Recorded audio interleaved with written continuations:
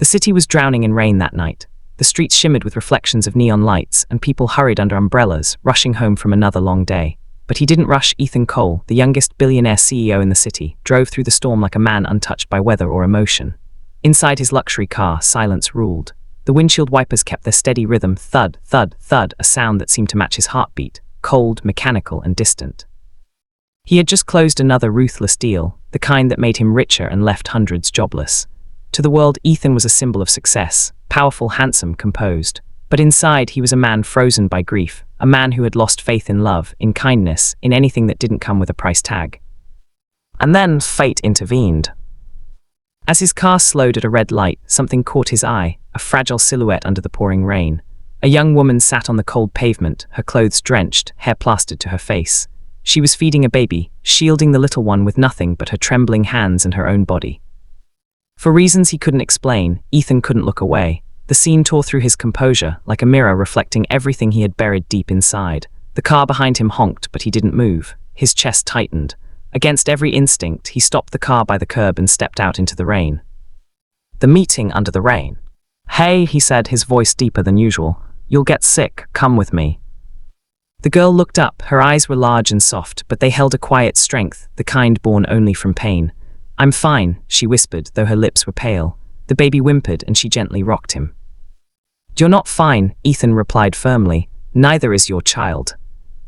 She hesitated. The world had not been kind to her lately. Every stranger looked at her with pity or disgust. But this man, tall, dressed in black, clearly wealthy, looked at her differently. Not with judgment, but with something else, concern maybe. Still, pride held her back. "I don't take help from strangers."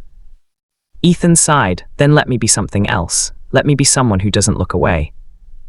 The rain poured harder. The baby coughed, a tiny, heartbreaking sound. That was enough. Without another word, Ethan took off his coat and wrapped it around the baby. Then he gestured to his car. "Please," he said quietly, "just get in." And that was how two completely different worlds collided under the storm. A cold CEO and a girl who had lost everything except her hope. Her story. Inside the car, warmth returned slowly. Ethan offered her a towel and she hesitantly accepted. "What's your name?" he asked. "Mia," she said softly, eyes on her sleeping baby. "And this is Noah." Ethan nodded. "You shouldn't be out there in this weather. Do you have anywhere to go?" Her silence said everything.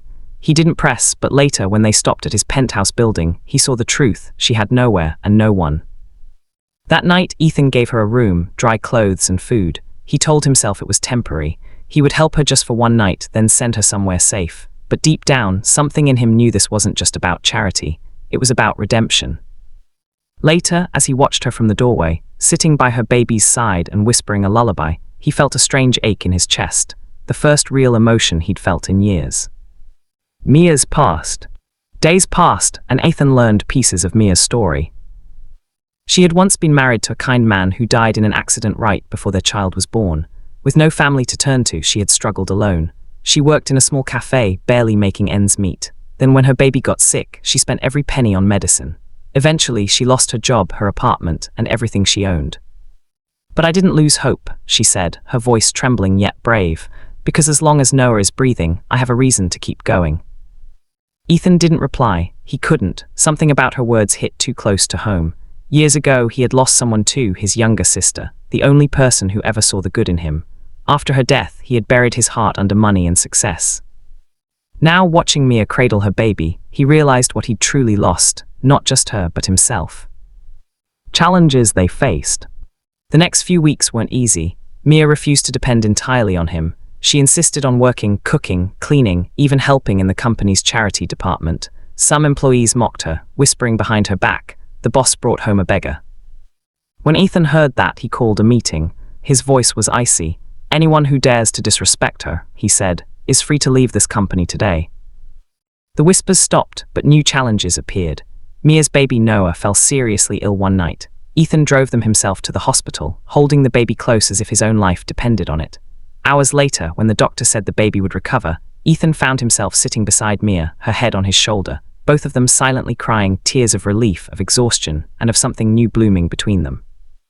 But not everyone accepted their bond. The media discovered the story. Billionaire CEO shelters homeless woman and child. Paparazzi camped outside his building. Investors questioned his judgment. Ethan's board demanded he choose between his reputation and the woman who had unknowingly changed his life.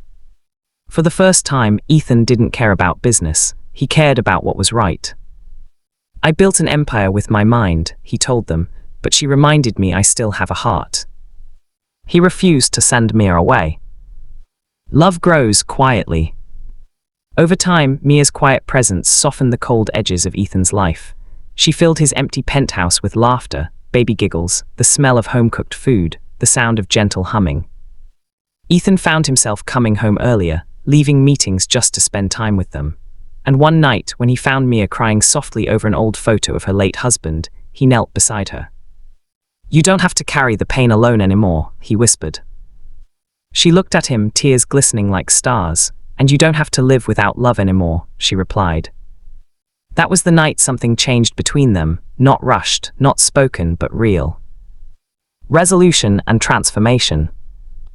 Months later, Ethan launched a new foundation in his sister's name, dedicated to helping single mothers and children. Mia helped run it, using her experience to reach those who needed hope the most.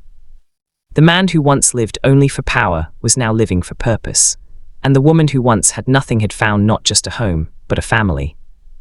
On a quiet morning, as the sun broke through the rain clouds, Ethan watched Mia feeding little Noah by the window. For a moment, he saw again the image that started it all, a mother protecting her child under the storm. Only this time there was warmth, safety, and love.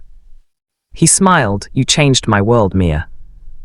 She looked up and said softly, "No, Ethan, you let me remind you what it means to be human." The message: life isn't about how much we own, but how much heart we have to share. Sometimes, the people who enter our lives by chance are the ones meant to heal the parts of us we didn't even know were broken. Ethan once had everything except peace. Mia had nothing except hope. Together they found both.